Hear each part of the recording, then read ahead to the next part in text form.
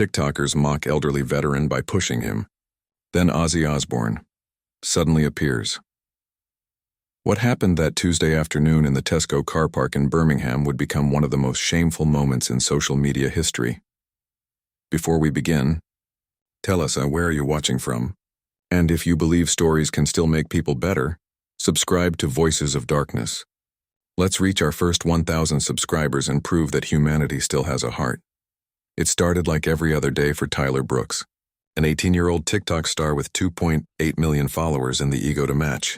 His feed was filled with pranks, fake fainting in public, drive-through jokes, pretending to be security officers. Nothing too bad yet, but today something inside him wanted more. More shock. More comments. More engagement. Boys, Tyler grinned, flipping his blonde fringe from his forehead.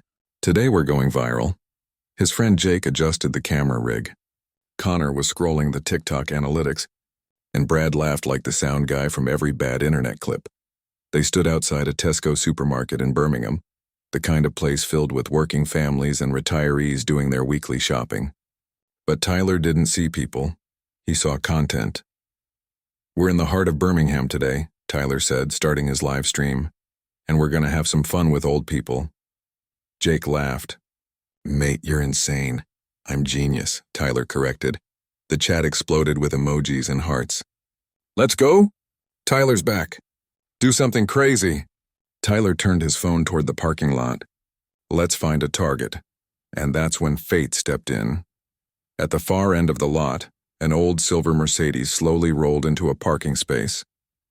The driver's side door creaked open and a frail figure stepped out. Harold Jenkins, 90 years old. Harold was one of those men who carried history in his silence. His back was slightly bent, his walk slow, his hand gripping a wooden cane. Not for show, but for balance. Pinned on his jacket was a small, faded medal, the Normandy Star. He'd earned it 80 years ago, crawling through sand and blood while gunfire split the sky. That morning, he'd woken up early as always, made himself tea, and looked at the picture of his late wife Margaret. "Just milk and bread today. Love," he'd whispered before leaving. Now as he closed the car door, he hummed an old tune from the 1940s, something that once played on BBC radio when the world was burning and youth meant duty. "Not followers." "Perfect," Tyler said quietly, pointing. "There's our star." The camera zoomed in. 3,400 viewers, then 3,800, Jake whispered.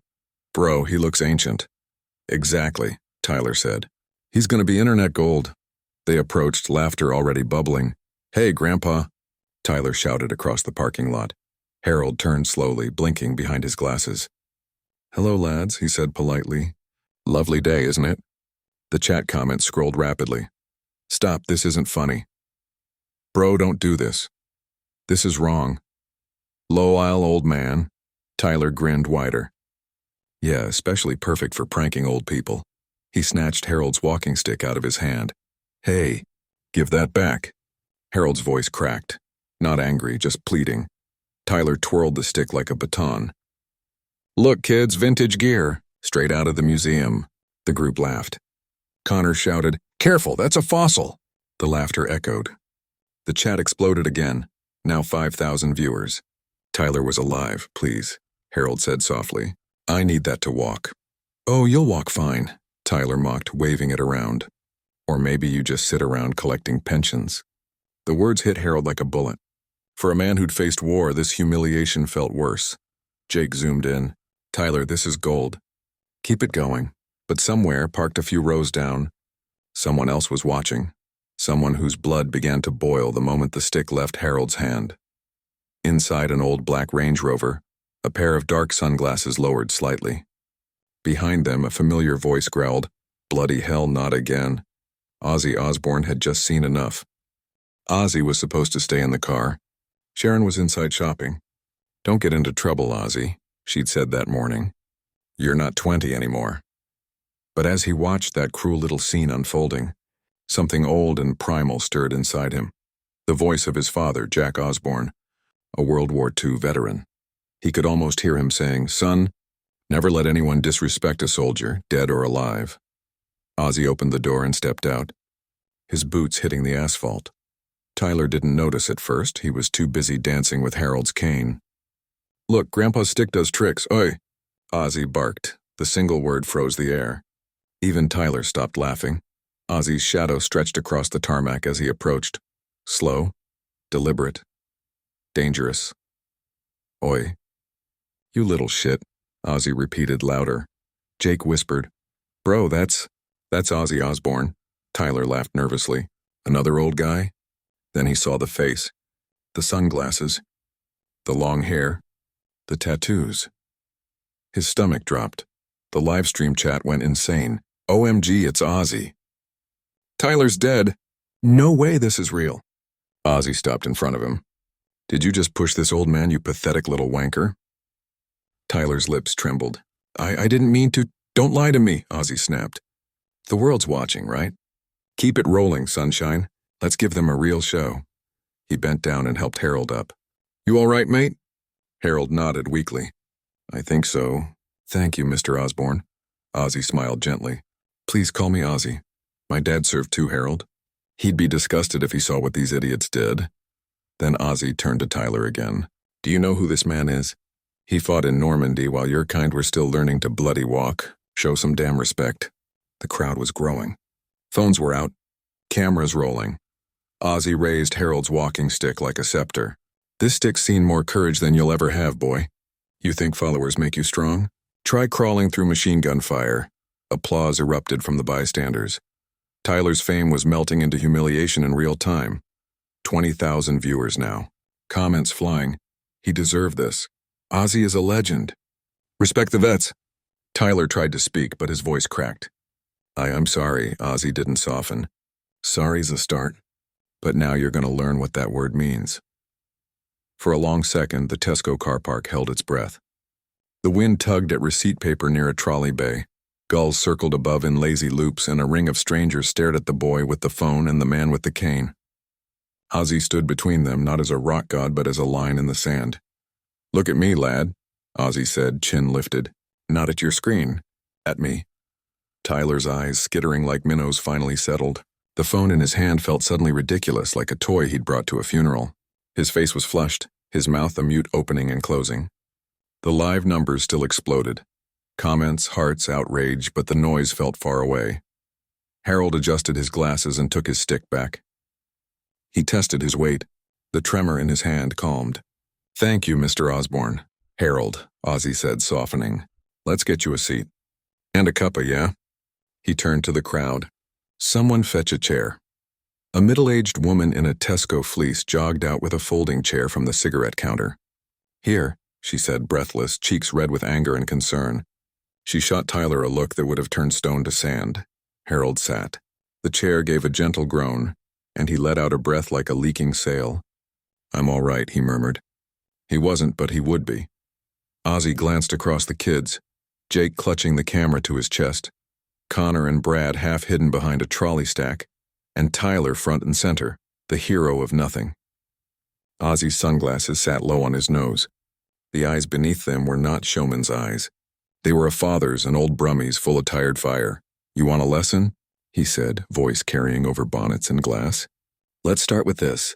Your jokes end where someone else's dignity begins." A murmur ran through the onlookers. The live stream flashed with hearts and "listen," and Tyler tried to shape words. I didn't think, that's my point," Ozzy cut in. "You didn't think. The internet makes cowards brave and fools famous. You can be better than that." He pointed at Tyler's chest, not hard, but enough to be felt. "You're 18? Old enough to vote. Old enough to work. Old enough to break someone with a joke. And old enough to fix what you've broken." He turned his palm to the crowd. "We've all cocked it up, me more than most. But when a man falls, you don't kick the stick out of his hand. You give it back." Silence held. Even the gulls seemed to hush. Ozzy crouched so he was level with Harold's face. In the glass of Harold's spectacles, the world was a blur of white sky and wide eyes. Ozzy's voice dropped. "Dad served. He never spoke much about the war. But some nights I'd hear him in the kitchen after shift, laughing soft like he'd remembered a joke, and then I'd hear that laugh turn into, not crying exactly, just the sound of a memory that wouldn't leave a man alone." Harold's mouth twitched. He nodded as if to say, "Yes, that sound. Ozzy stood again and faced Tyler. You think this is content? It isn't. This is a life. You don't play catch with it. The woman in the Tesco fleece, her badge said Denise, folded her arms. You lads ought to be ashamed, she said. My granddad never came home from France. You don't know the first thing about loss. Tyler's throat worked. He swallowed. The chat, still a river of text, began to change color, from neon jeers to steady lines of plain language. Say sorry properly. Put the phone down. Turn the live off. Listen. He blinked. He hit the screen. The red live icon vanished. The stream died like a switch thrown in a factory night. For the first time in an hour, the only eyes he had to answer to were real ones. Ozzy exhaled, satisfied. Now we can talk like people, Tyler's manager called again. Tyler fumbled, declined. The world could wait. He stood there, hands slack at his sides, and felt the first honest embarrassment of his life. It burned hot, then hollowed cold. Mr. Jenkins, Tyler said, voice low. I'm sorry, no theatrics. No forced bravado. The words came out unarmored, and because they were unarmored, they were true. Harold studied him. His eyes were milky with age, but the focus in them was diamond. Do you know why what you did was wrong, son? Harold asked. Because it hurt you, Tyler said. Because I made fun of something you need. Because I treated you like a prop. Like you were less. He closed his eyes. Opened them again. Because I forgot you were a person. Harold breathed in, breathed out. Good, he said. You said it yourself. You remembered before I told you. Connor stepped out from the trolley shadow, cheeks wet and surprised by it. We followed him, he said, jerking his head at Tyler. We laughed, we let it happen. Jake lowered the camera to the ground like a knight putting down a sword. I got the angles, he said, almost to himself. God help me, I got the angles. Brad nodded, mute. Right, Ozzy said. So here's the lesson. Apologies are not the end. They're the door. You have to walk through it. He pointed at Tesco's sliding glass doors. There's a cafe. Harold's having tea. You're buying. Then you're going to sit and listen to a story. Not the version in your head, his story. And when you're done, you're going to the Imperial War Museum. You're going to stand in front of a wall of names and you're going to say them out loud until you understand that silence is more expensive than content. Denise sniffed. Best thing said in this car park in 20 years. A few people clapped. It wasn't a performance ovation. It was approval from citizens, quiet and square-shouldered. Inside the cafe, the kettle hissed. Mugs lined up like recruits. The four boys queued and paid. Tyler's hands shook as he counted coins he almost never used. Sponsorship cards usually tapped for him. He handed a tray to Harold. Tea, milk, 2 sugars, a shortbread biscuit balanced like a white flag. They sat at a small table by the window. The car park was a stage they'd exited. The cafe, a confessional. Ozzy took off his sunglasses, folded them, put them on the table with ceremony. The lines at the corners of his eyes were not the lines of a tabloid.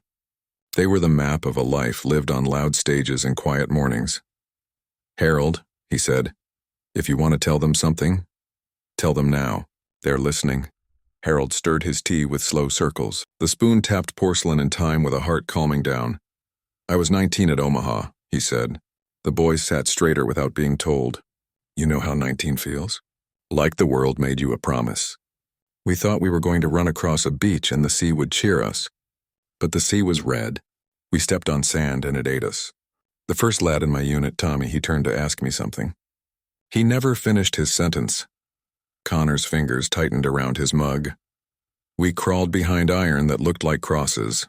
Harold went on. We were told to keep moving, so we moved. Sometimes you move not because you're brave, but because the thing behind you is worse than the thing in front. Were you scared? Jake whispered. Harold smiled sadly. Son, fear is a room we all know. Courage is just walking through it carrying someone else. He sipped. The tea had cooled to perfect. After the beach, I spent 3 months in a field hospital, then months in Germany where the world was broken and every tree was a question. When I came home, I decided to be ordinary very hard. Ordinary is a beautiful thing. I married Margaret. We had 37 years of ordinary miracles. He pulled his wallet. From its creased leather, he eased a photograph. Margaret, hair-pinned, dress with tiny white flowers, eyes like catchlight. He set the photo between the mugs. Brad swallowed. The room seemed to lean toward the picture. Every morning, Harold said, I make tea and tell her the weather. Today I said sun in Birmingham, bread and milk. I didn't expect all this. He gestured not with bitterness but with weary astonishment at the circus of modern meanness. I failed you, Tyler said. It wasn't performative. It was flat, and that made it heavier. I turned people into punchlines. I forgot there's a cost. Ozzy nodded. So pay it. How? Tyler asked, and he asked like a boy who genuinely didn't know, which is the first grown-up thing a boy can do. Start small, Ozzy said. Start where you broke it. Make a video, not the grovel kind, one where you explain, clear as daylight, why what you did was wrong. Turn your camera into a mirror, then shut it off and go outside. Volunteer at the Legion. Take your mates. He jabbed a thumb at the others. And carry boxes, pour tea, listen to stories, fix leaky taps. Make your hands useful. It's hard to be cruel when your hands are busy making. Denise materialized with a plate of custard creams. On the house for Harold, she said. Full price for you four. It landed with a clatter bright as bells. She winked at Harold, glared at the boys, and marched off. Harold chuckled, crumbs softening the hard set of his mouth. She runs this place like Sicily, he said. Laughs cracked the tension, shy, then freer. The sound returned color to the walls. Tyler touched the Normandy medal pinned to Harold's lapel with a care that surprised him. What does it feel like to carry this? He asked. Harold considered. Like carrying a key to a room where everything hurts, he said. But also like carrying a lamp. He looked at Tyler's hands. You carry that phone every day. You can turn it into a lamp, Jake exhaled. We can shoot something. Different, he said to no one and everyone. We can, I don't know, make a series. Stories from people, real ones. We could call it, Not Your Brand, Connor cut in, a small smile forming. Not Tyler, something that isn't about us. Good, Ozzy said. Make yourself small in it. Leave space for others to be big. He lifted his mug, then set it down, an idea arriving in his eyes. And when you go to the museum, don't just walk through like tourists. Read the names out loud. All of you. If you cry, you cry. If you don't, you don't. What matters is you show up to the truth. That's the bit your followers never see on camera, showing up. Connor wiped his face with the heel of his hand. We deserve the hate we're getting, he said. Deserve is a blunt instrument, Ozzy replied. Responsibility is a scalpel. Use that. Harold tapped the photograph of Margaret. She used to say, make the day lighter for somebody, Harry. Then you've earned your pillow. He slid the photo gently toward Tyler. Hold it, he said. Tyler flinched. I can't. You can, Harold said, and his tone carried the same command he'd used decades ago to get lads off a killing beach. If you can hold a stranger's humiliation, you can hold his memory. Tyler picked up the photograph with both hands, as you do with something that can break in more ways than one. He looked at Margaret's eyes. He saw nothing like the manufactured surprise he'd practiced for thumbnails. He saw patience. He saw a woman who had waited out nights without letters. He saw the shape of a life. I'm sorry, he whispered to her as if she could hear through paper. After a while, checks were paid. Denise refused to take money from Harold a second time, but she snatched the boy's notes with a brisk, righteous efficiency that almost qualified as a blessing. Ozzy stood, slid on his sunglasses, and for a flicker he was the prince again. Then he pushed them to his forehead so the human in him could look the boys in the eyes.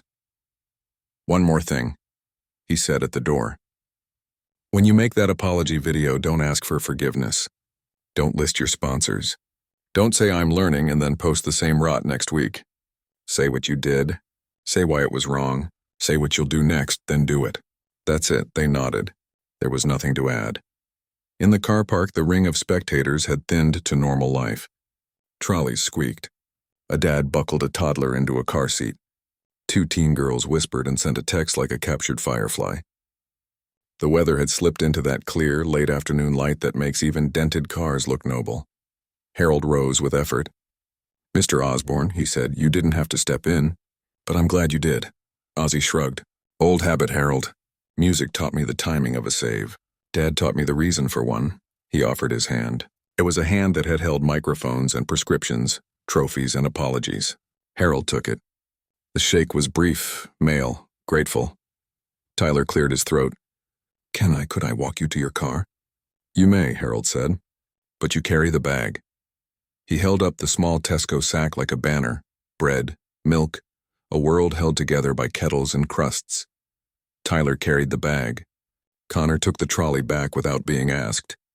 Jake retrieved the dropped camera, but he kept its eye closed. Brad jogged ahead to open the Mercedes door. At the car, Harold paused and turned. "You know," he said to the boys, "I don't think you're cruel. I think you got lost." "Don't stay lost," he slid into the seat. The metal glinted once like a wink and was gone beneath the wheel. The Mercedes coughed, then purred. He gave a small kingly wave and pulled out as carefully as if the car park were a harbor and he a ship's captain. Steering past sleeping whales, the four boys stood watching, until the silver tail lights turned into ordinary traffic as he leaned against the Range Rover. Breathing easier now. Sharon would have words for him and he would deserve them, but he would also show her the video that didn't exist and the boys who did, and how sometimes the internet accidentally made a village again. Tyler turned to him. "I'll go to the museum," he said. "Today if I can. Tomorrow at the latest." "Good," Ozzy said. "Don't do it for me. Do it for him. And for the ones without medals and for the ones without names."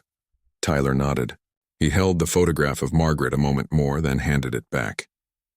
"Thank you for trusting me with her," he said to Harold's empty space and to the idea of Margaret, which felt very present. He faced the camera on the ground and towed it gently. "I'm going to delete the live," he said.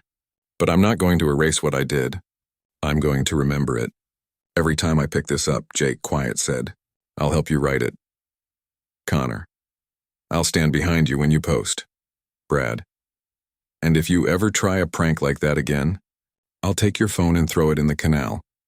A smile, crooked, ashamed, real, flickered across Tyler's mouth. "Deal." Ozzy opened his door, then paused. He looked over the car roof at the boys and called out, lighter now, the brummy warmth back in his voice. "One last favor, lads." They tensed as if awaiting a sentence. "When you get home," he said, "ring your mums. Tell 'em you love 'em. It's the cheapest good deed and the dearest." He slid in, started the engine, and merged into the slow carousel of shoppers leaving with their small universes packed in blue bags. The boys stood in the softening light, as if the day itself were giving them a minute to decide what kind of men they wanted to be. Tyler picked up the camera and didn't hit record. He lifted his eyes instead, to the white belly of a gull, to the stuttering cloud edge, to the faint reflection of himself in a car window. He didn't like what he saw. He also didn't look away. "Right," he said. "Museum first. Then we figure out the rest." They started walking, and somewhere near the sliding doors, taped to the cafe wall between a charity tin and a staff rota, Denise had pinned a handwritten note in black marker. "Kindness served here." If this chapter made you feel something, don't forget to support the channel that tells stories like this. Subscribe to Voices of Darkness, hit like, and share this episode with a friend who needs a reminder that respect never goes out of style.